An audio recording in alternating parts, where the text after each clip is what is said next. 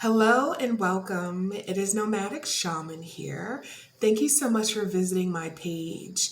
Today's video is going to be centered around, it's going to be a part two, y'all. Okay, so it's going to be a follow-up and a continuation of the previous video I did where I specifically spoke about spiritual robbery, spiritual thieves, aka destiny swapping. So let's jump right into it. Three things I'm going to touch on today.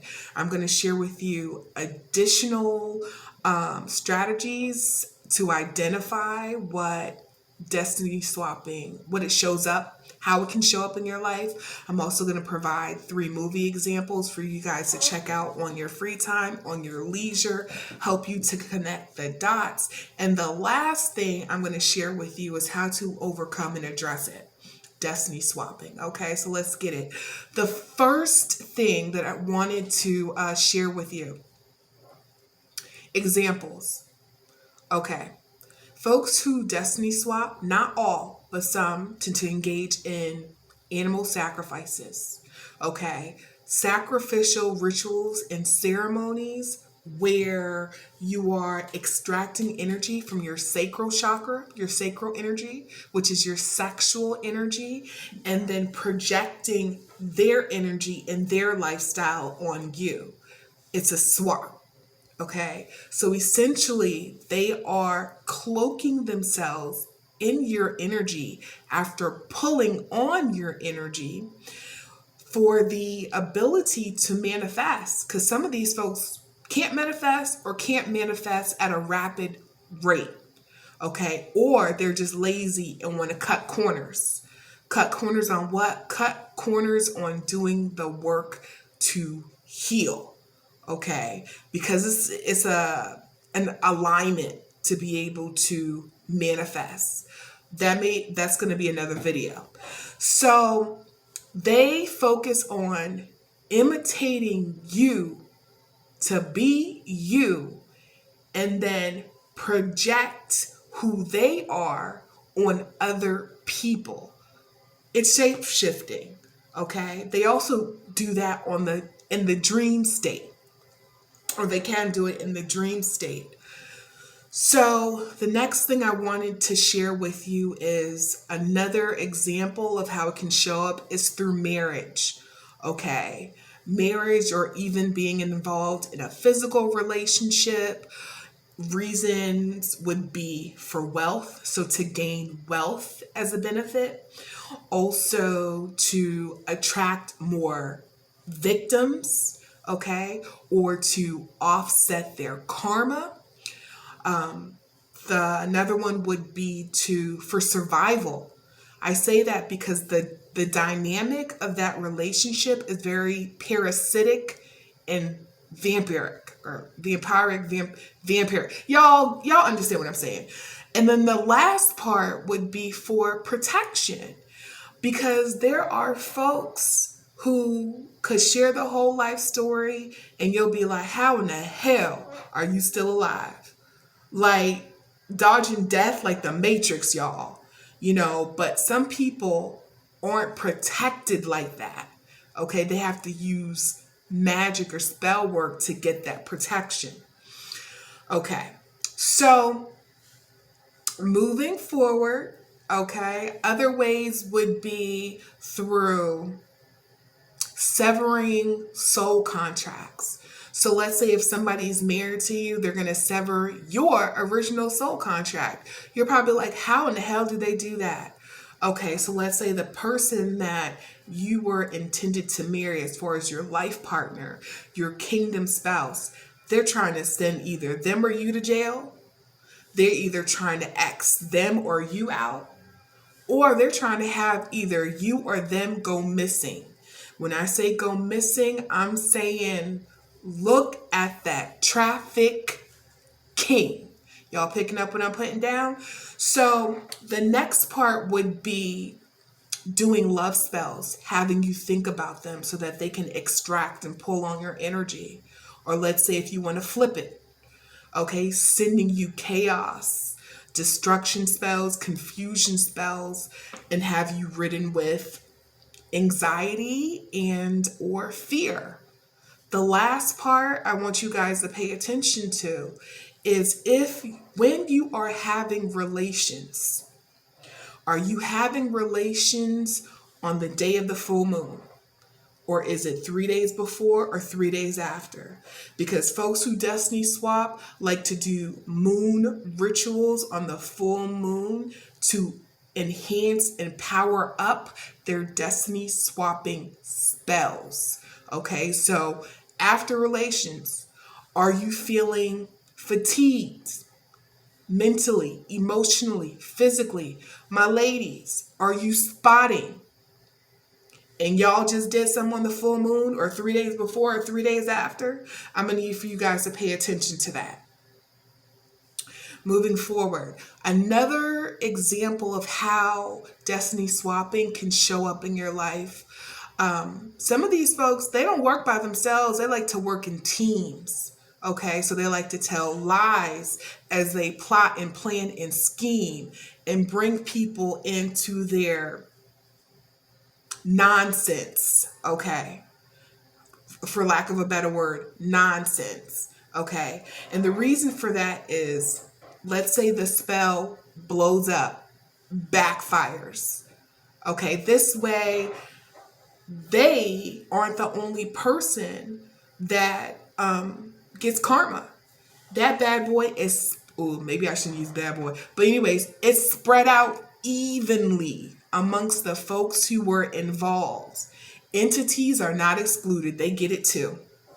They get it too. So that is another example. These folks also like to, when they harness or harvest your energy, they like to store it for safekeeping. How do they do that? One of two ways I'm going to share with you today. Using witch bottles or using dolls to store energy that they have extracted so that it can keep it for safekeeping. Okay? My final example on how destiny swapping is done or how it shows up, think of pyramid schemes. Okay? Like I said beforehand, these folks like to work in groups. There's a reason for that. The more the merrier. Pyramid schemes, the more you get in and the more that they are successful, the more money goes in your pocket. Okay? Commission based. But in this case, the money is your energy, which can manifest into tangible physical fortune, money, or what have you. Okay? So another way, just to mention that, is the more targeted individuals that they get in and the more successful, the more attempts that become successful, the more money they get or the more energy they get that translates into money, physical money or reputation, fame, fortune, what have you. These are a few examples. So I'm going to share with you 3 movies that highlight destiny swapping.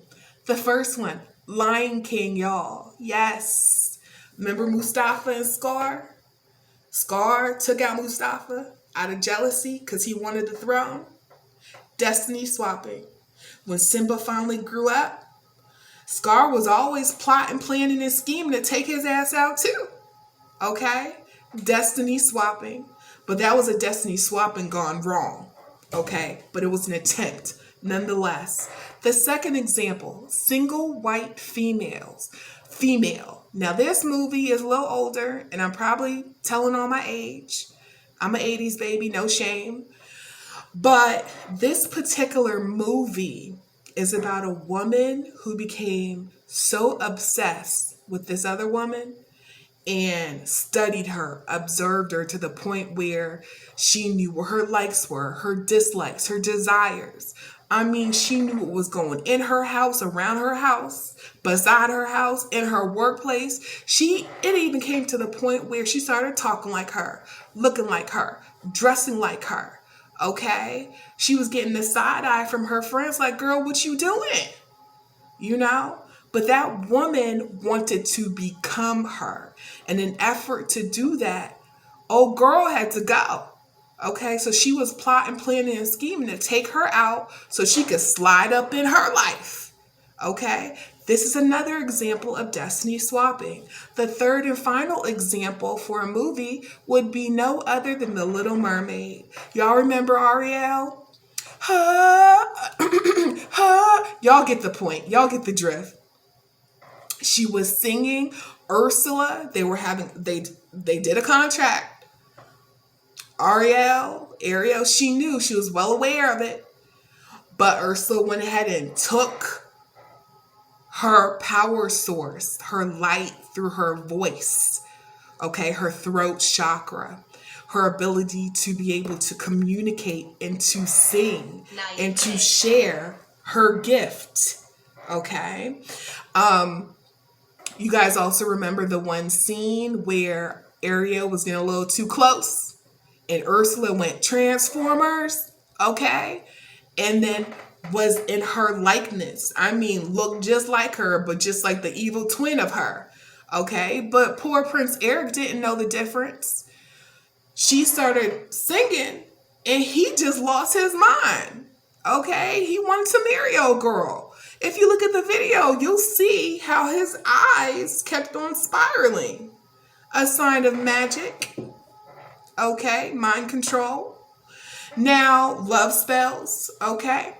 Now, this is another example. Y'all, feel free to check one of those videos out. It takes, I may just catch, okay. Let's focus, y'all. I'm glad you guys are still with me. Let's focus. So then, those are 3 examples. Now, how do you address and overcome destiny swapping? The first thing I'm going to share with you all is you being powerless in the situation is an illusion. You not having the ability to take your power back and to take your energy back is also an illusion. Spirit wants me to share with you this example. So I'm going to take it and hopefully you guys will be able to connect the dots with this and things will come full circle. Imagine you have just moved in to your new spot, your new house, okay?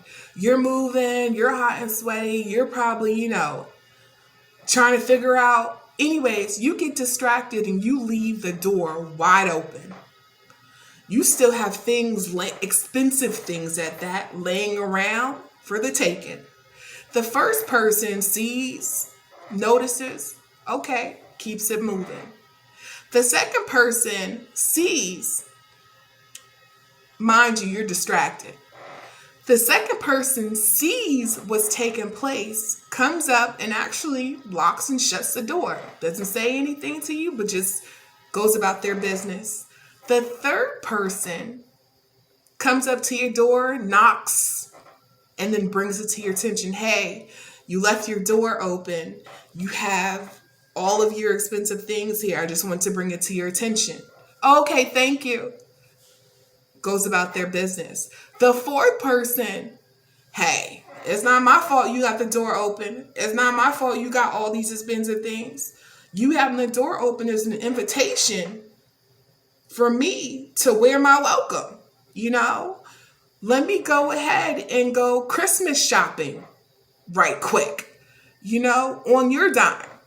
That's the fourth person. So this explains how destiny swapping works. It boils down to an access or entry point. In order for destiny swapping spells to work as in being successful, in being effective, there needs to be an access or entry point. In this case, the access or entry point would be the access vulnerabilities, okay? Weaknesses. Just like my girl said beforehand, naivety, whatever, you being naive. Y'all understand what I'm trying to say, okay? So those are three access or entry points. on how, when doing destiny swapping, how it can be effective. Okay. Now, all of those access points are centered around your wounding and your trauma.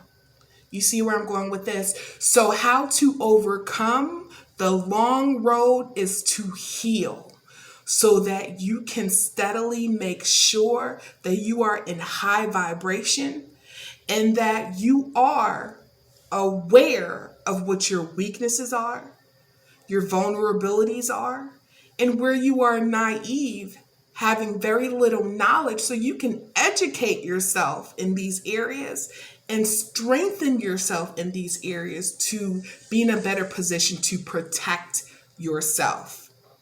Okay. Now, how to overcome it? The first is to bring light to it. Bring light to it as in exposure. Because any and all type of spell work, when done, when you bring light to it as in expose it, the who, the what, the how, it weakens it. Ask me how I know. Okay. The second part of bringing in or bringing light to it is because you want to bring awareness to it. Awareness to it because so that you can address it. Address what? Your entry points, your access points, your weaknesses, your vulnerabilities, okay? Where you are naive in or have very little information in.